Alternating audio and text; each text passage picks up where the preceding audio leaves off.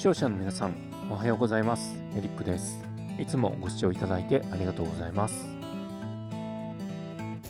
前回の動画では、千人風呂に入りに行く様子と田辺川湯キャンプ場のレポートをお届けしました。今回の動画では、その後の車中泊キャンプと帰り道に立ち寄った別の温泉の様子をお届けしようと思います。ちょっと仮眠取って元気になったんでご飯を食べようと思います。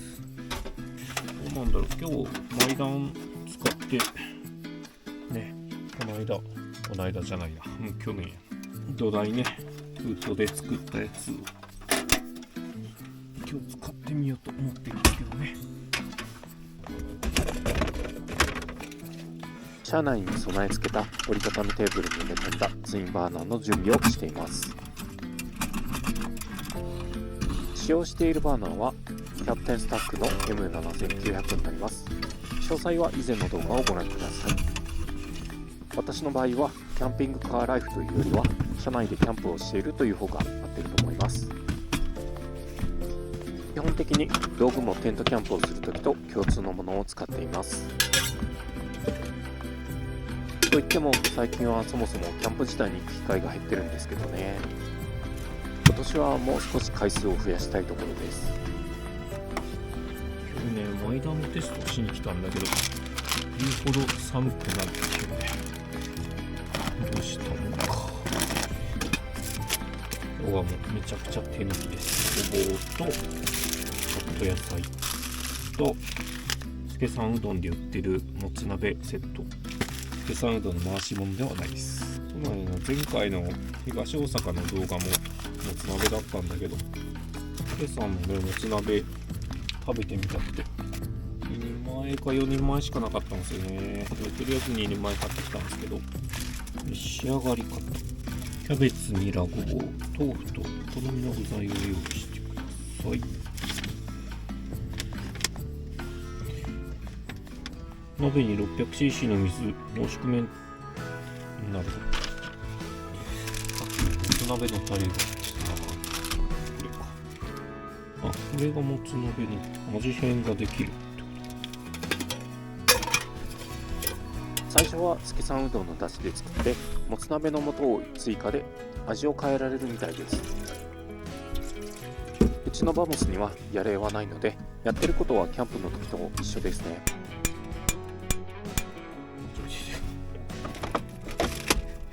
つかねえわ。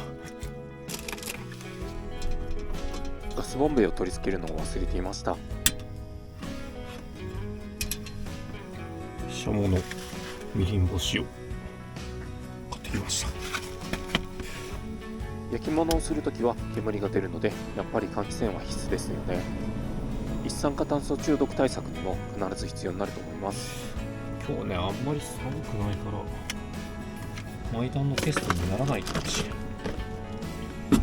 いやでも安定感めちゃくちゃ良くなったな。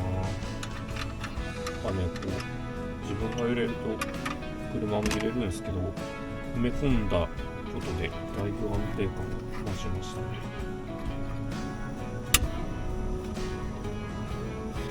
ちょっとした焼き物を作るときに小さいスキレットが邪魔にならなくてとても便利です。シャモ食べます。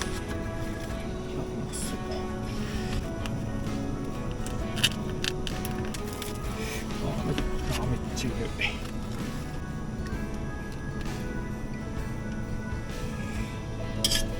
残しといて明日の朝でも食べていいかな。小さいスキレットでみりん干しを焼いてつまみながらもつ鍋を作っています。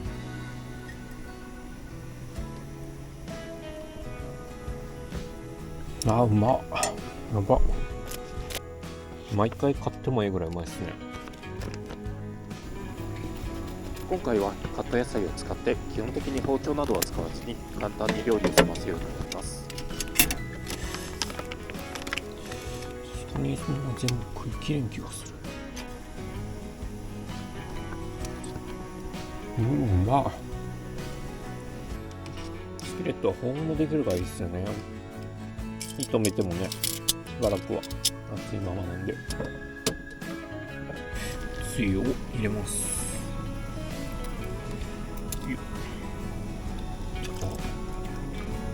ホルモンを1年前ぐらい投入します。さすがに全部は食べきれないと判断しました。ちゃんと寒くなってきたっすね。すぐ寝ます。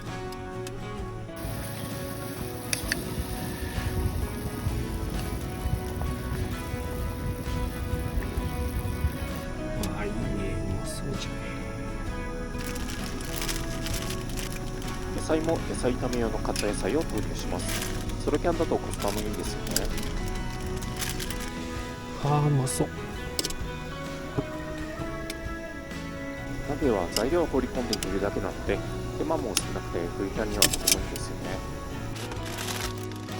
いやな、このフライめっちゃ冷たいわ。これはできたのでは。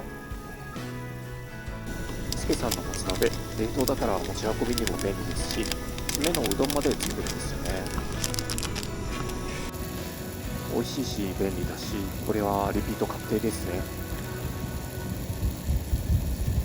うまそう。食べよう。できましたよ。スケさんうどんのお手軽もつ鍋が出来上がりました。めっちゃうまそう。よし。い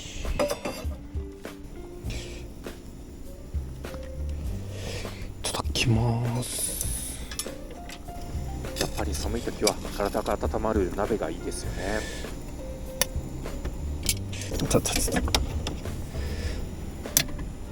アルミのお皿は熱伝導率がいいので、熱いものを乗せるとすぐ熱くなってしまいます。スケさんうどんのお出汁なのでとても優しい味でめちゃくちゃ美味しいです。ちなみにこのもつ鍋はスケさんうどんの店舗のレジ横の冷凍食品コーナーで販売されています。いただきます。これは車中泊キャンプだけではなく通常の冬キャンプにもとてもおすすめできそうです。うまっ。うどんだしのもつ鍋うまいっすね。優しい味。いや、めっちゃうまいっす。去年ね、木製のこの土台を作ったマイダンを使ってみます。残念ながら極寒環境でのテストではないですが、この気温だととても暖かく感じます。つきました。もつ鍋の熱さとマイダンの熱でめちゃくちゃ温まりますね。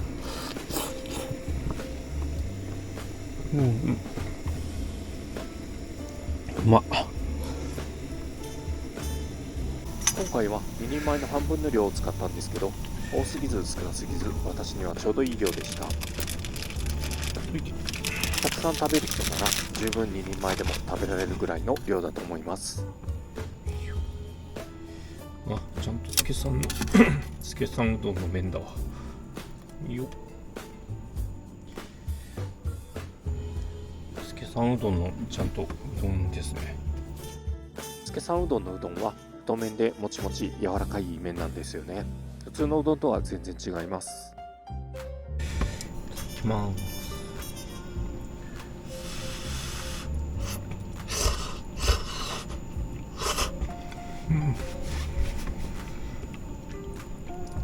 うまっ。スケさんうどんのうどんって割と太めでもちもちしてるんですよね。讃岐うどんとかとは全然違う。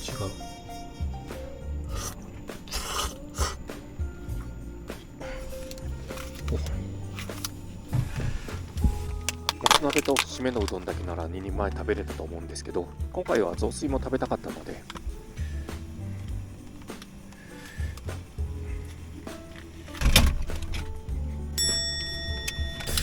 せやろ。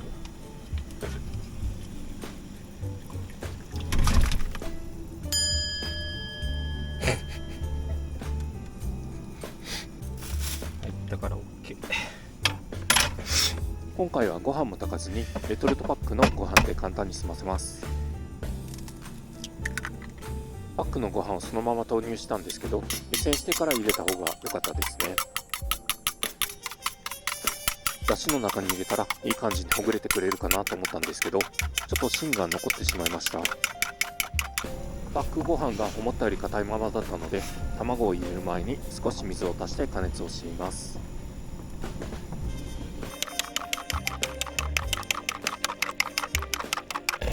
卵を作ります。今回は水を足したので少しこのだしを混ぜておきました。やっぱり鍋の最後は卵雑炊ですよね。カップ麺を食べた後のだしで作るぐらい大好物なんですよね。胡椒と塩を少々振りかけまして、つけさんうどんだしの卵雑炊の完成です。これはうまいでしょう。やっぱり締めの雑炊は外せないですね。とても美味しそうにできました。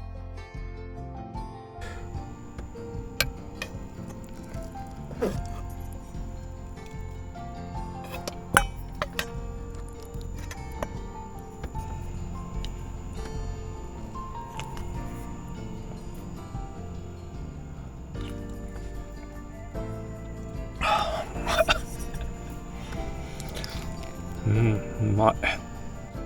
もつだめのだしと肉のもつのね味がすごい染みてる。めっちゃうまい。冷凍だから保存効くし、キャンプにめっちゃいいかもしれないですね。車内の温度は17度、バーナーと毎段の熱で十分暖かいです。洗い物と歯磨きなどを済ませて車内でのんびりします。ちょっと狭いけどそれが落ち着きます。お腹が落ち着いたので買っておいた薪で焚き火をすることにしました。私はもともとキャンパーなので、こんないいロケーションで焚き火をしないという選択肢はありません。今回使用しているのは DOD の秘密のグリルさんという焚き火台です。かなりコンパクトになるのに大きい薪も乗せられるし、調理もできるので大変重宝しています。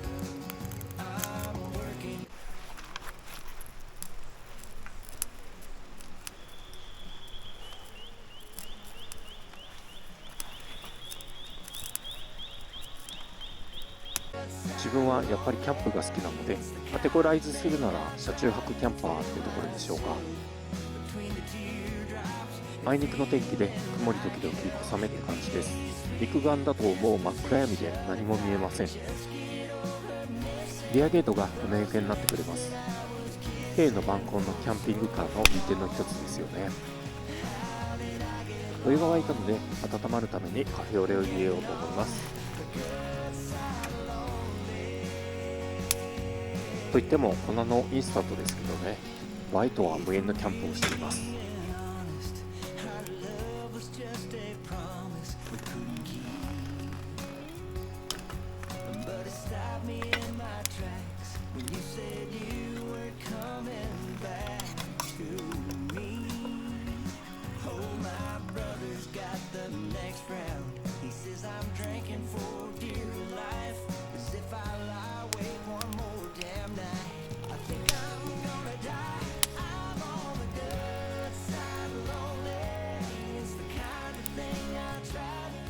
The next day.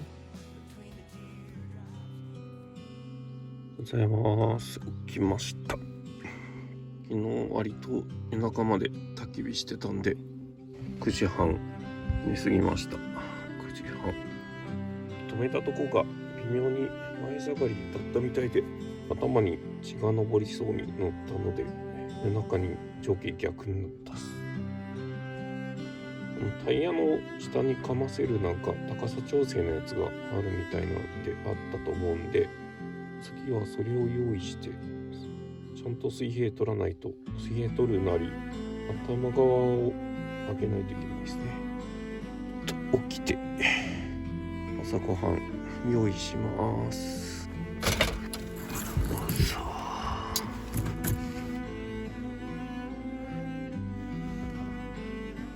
ピントがね、貸し切りですよ。周り誰もいない。最高ですね。別の動画でも言いましたが、やっぱりリアガラスが額縁っぽくなるのがとても絵になります。私はめんどくさがりなので、めんどくさいことは先に片付けるようにしてます。今回はゴミは全て持ち帰って自宅で処理をする予定ですので、分別して袋詰めして持ち帰ります。寝袋はコールマンのコルネットストレッチ2です。足を出せるので入ったまま移動できるのが便利です。さすがにバイクキャンプでは使えない収納サイズですけど、車だと気にせず使えて助かります。ダウンシュラフは何かと気を使いますし、特に湿気に触れやすい冬の車中泊は河川のマミーで十分ですね。寝袋をさらにコンプレッションバッグで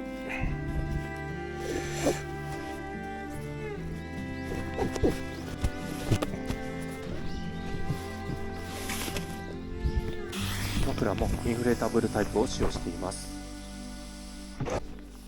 裏にゴムバンドがついているタイプだと運転席での仮眠にも使えてとても便利です。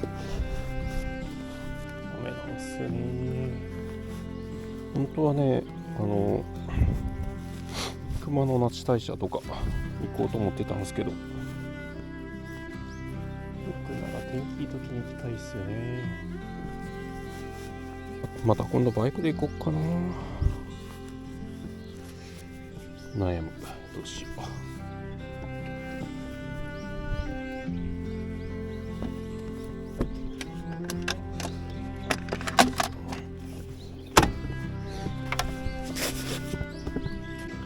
寒いと思ってたんですよね。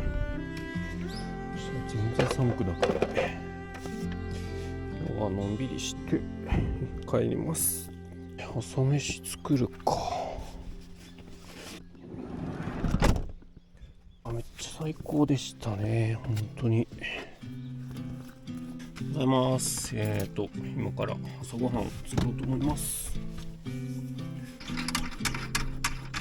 昨日結局3時、4時ぐらいまで焚き火してて、でその後また漫画読みながらのんびりしてたらほぼほぼ朝になっちゃって、結局起きたの9時かな。で今10時過ぎなんですけど、ここ青柳のキャンプ場はチェックアウト正午なんですよ。ゆっくりめなんで、だからのんびりしても大丈夫、いいとこですよね。で平日思ったより貸し切りでめちゃくちゃ良かったですね。ありがてえ。今日の朝飯はこのししゃものみりん干しが思った以上にうまかったっすね。ピカクっすね。このししゃものみりん干し、近所のスーパーで1パック300円ほどで買いました。もともとみりん干しは好きだったんですが、これは硬すぎなくて食べやすくてとても良かったです。今日もらったご飯はベーシックにホットケーキを焼こうと思います。多い。スキレットで焼くとさらに美味しくなったように感じるのは気のせいでしょうか。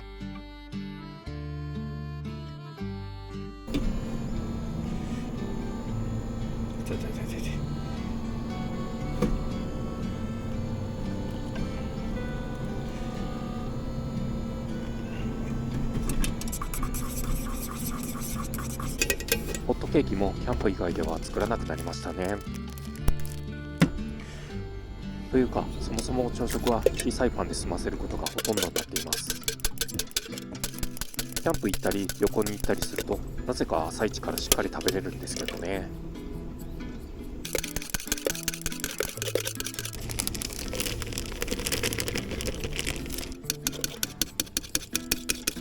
ちょっと洗うの忘れた。昨日直火で使ってたんですよ。そりゃそうなるわ。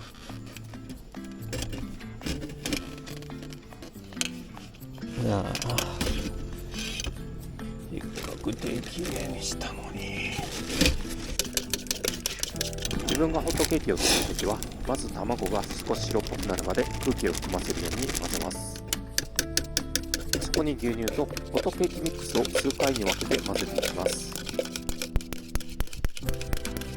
全て混ぜ終わったら最後に牛乳を足して生地の硬さを調整したら生地の完成です。時間があるときは卵白をメレンゲにしてから生地を作ったりすることもあるんですけど、今日は普通のホットケーキを焼くことにしました。これだとまだちょっと硬いぐらいですね。後でもう一回牛乳を足しました。十分に育ったスキレットは薄く油を塗るだけで全然くっつかないようになります。あまり油を使わないので、ある意味ヘルシーに料理ができるのかもしれません。スキレットの平面部分を全て覆うように気泡を抜きながら生地を落としていきます。ちょっと生地が固めでした。この写真は再度生地の硬さを調整した後に焼いた2枚目になります。2枚目はとてもいい感じに出来上がりそうです。フライ返しを用意してなかったので仕方なく包丁でやっています。ホットケーキとスキレットのサイズがほぼ同じなのでスキレットの蓋を使って返しています。スキレットの中にひっくり返そうとしたら事故る確率が結構高いです。いいんでは良いんではないでしょう。ふわふわで厚めのホットケーキが焼き上がりました。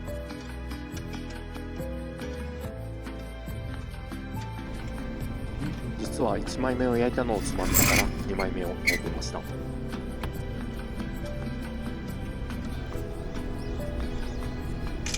木目の背景だとなんかより一層に美味しそうに見える気がしますね。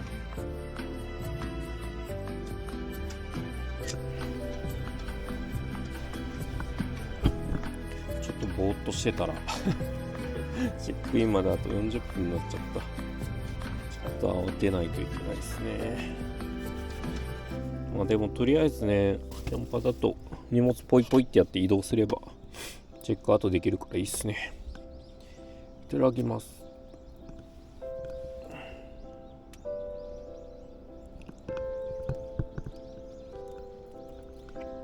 うまっ。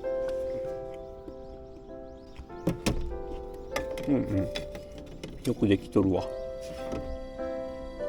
外の綺麗な景色を見ながら出来たての朝食を食べるのは本当にキャンプの醍醐味ですよね。小鳥の鳴き声と川のせせらぎを聞きながら本当に贅沢な時間だと思います。のんびりしてたら本当に時間ギリギリになってきたので慌てて片付けてチェックアウトをしました。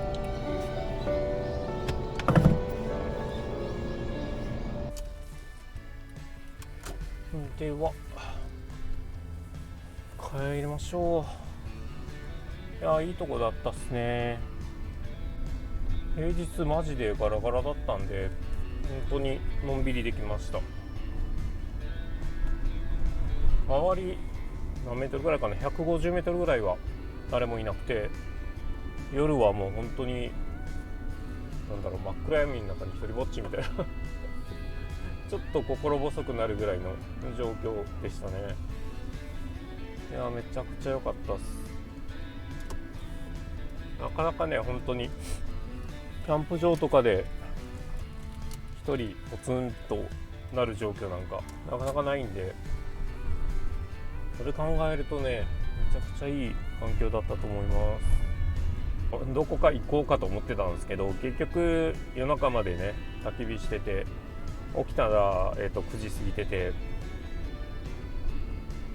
ね、なんだかんだのんびり朝ごはん食べて、ね、今かなんで今日はもうおとなしく帰ります。ちょっとね、天気が良ければこう頑張ってさっと起きてね、南の方行こうかと思ったんですけど、ちょっと見ての通り曇り空だし、でここから雨が降る予報なんで、もうおとなしく帰って、また久しぶりにね、那智大社とかも行きたかったんですよ。熊野那智大社とかね、もう一個の方とか、熊野三山全部回るのって自然でやってないんでやりたかったんですけど、今のところ左だったなですけど、ちょっと諦めて、また次バイクで行こうかな。ウミガメ公園とかもね行きたいんで。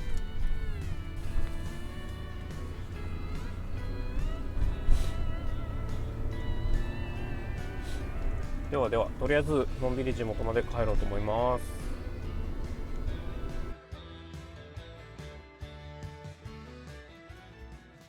今ですね、ちょっと下るルートを外れて野迫川の方に向かってます。帰り道にちょっと外れるけど、荒野下のところにね、小屋口の湯だったか、ちょっと前から行きたかった温泉があって、そこにちょっと寄ってから帰ろうと思います。で、その温泉1回行ったんですけど、前行った時は臨時休業ってちょっと空振っちゃって完全燃焼だったんで、そこをちょっとね拾ってから帰ろうかなと思います。というわけで、野迫川村経由で、下っていって小屋口の湯に行こうと思います。ではまた後ほど。ここから371号線まで抜ける道がとんでもなく細く荒れた峠道で、車だとかなりしんどかったです。おとなしく五条まで降りてから吉野川沿いを下った方が正解でしたね。だいぶ町まで降りてきました。いやー、もうしばらく山道終わってくる山道走ったっすね。しかもめちゃくちゃ細かい岩ガッタガタだわで大変だったっす。疲れた楽しくなくはないけど、車だとやっぱあんまりいいっすね。オフ車とかね、バイクだとまあ楽しめたりするんですけど、温泉まで15分なんでもうちょっとですね。で、その温泉入って帰ります。疲れた。車を運転しててこんなに疲れることなんかあんまりないんですけどね。バモスは競馬の中では運動性能がマシな方だとはいえ、さすがに疲れました。も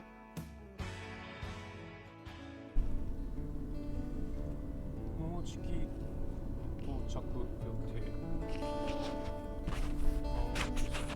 あった荒野口の YouTube。 ここはマネキン。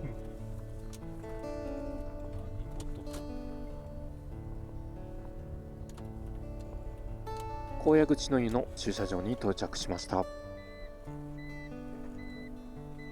温泉はここから少しだけ歩いた先にあります。最後の峠道で割としっかり体力を持ってかれた感じです。バモスもよく走ってくれました。駐車場からは5分程度でしょうか。北に向かってまっすぐ歩くと温泉の看板が見えてきます。遠野井と書かれた建物、温泉併設の食堂かなと思いましたが、休憩所だそうです。大江口の湯に到着しました。こじんまりしたとてもいい雰囲気の温泉ですね。築100年以上の古民家をリノベして作られていて、どこか懐かしさを感じる建屋になってます。風呂上がりにはクラフトコーラの中でも割と有名なヨシコーラをいただきました。パッと見だと温泉とは思えない風情のある外観、ノスタルジックな雰囲気が特徴の温泉ですね。見ての通りそこまで大きい施設ではありませんが、それが逆に魅力になっているんだと思います。風呂上がりには蓮向かいにある休憩所でのんびり休むこともできます。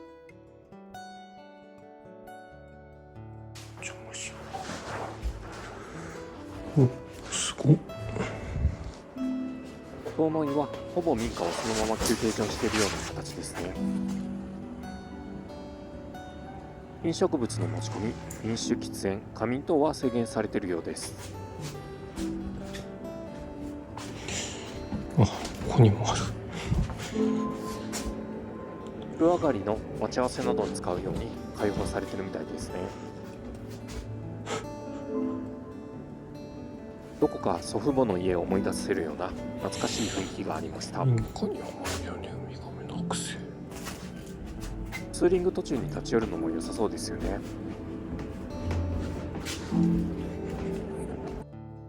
うちからはちょうどいいぐらいの距離ですし、温泉も含めてとても気に入りました。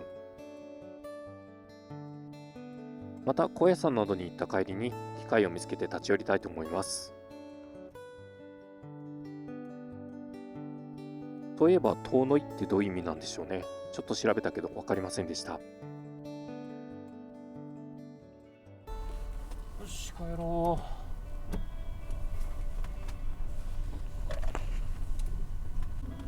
う。親口の湯に行ってきました。古民家を改装した温泉になるんかな。どっちかというと銭湯風な温泉でしたね。外観から見る通りすごいこじんまりした温泉やったっすね。入ると下駄箱があって、受付カウンターがあって、脱衣所があり、メインの浴槽、小さめのメインの浴槽があって、その横に炭酸泉があり、サウナで、外に水風呂と薬床がありました。すごいこじんまりしてるんですけど、なんか活気を感じたというか、例えて言うならベンチャー企業のなんかこう活気の何でも良くしていこうみたいな、そういう意欲的ななんか姿勢が施設のいろんなとこから感じられましたね。工夫がいろいろされてましたね。あと注意書きが細かくちゃんとされた、段差がどこにあるとか、例えばですけどサウナに、外向きに窓をつけて、その外側に水風呂があるんですけど、その水風呂はサウナから見えないんですけど、わざわざ鏡をつけて確認できるようにしてたりとか、なんかいろいろ工夫がされてましたね。そうですね、施設もとても綺麗だし、なんかブランディングしようっていう、の姿勢もちょっと見えたですね。とても良かったですね。入浴料も言うほど高く、490円。うまいこと古民家利用して、作ってあって、で懐かしさも感じるけど新しさもあって、とてもいい場所でした。あとね、表に別の家別の棟であれなんですよ、休憩所があったんですね。本当に中に入ったら本当に古民家そのままで、グループで行ってね、みんな多分出るタイミング違うと思うんで、早く出てもああいうので待っておけるっていうのはいいっすよね。えらいこもってきたわ。体から多分蒸気出てんやろな。ちょっと雨が降ってきちゃいました。で、あとはね、もう家に帰るだけなんで、特に面白いこともないので、この動画はここら辺で終了にさせていただきたいと思います。というわけで、この動画がいいと思ったら高評価、チャンネル登録などなどコメントもねお願いします。これからもいろんなとこ行って、マイペースにはなるんですけど、もう一個のねチャンネルと並行っていう感じなんで、マイペースでできる限り頑張って続けていきたいと思います。ご視聴ありがとうございました。また次の動画でお会いしましょう。バイ。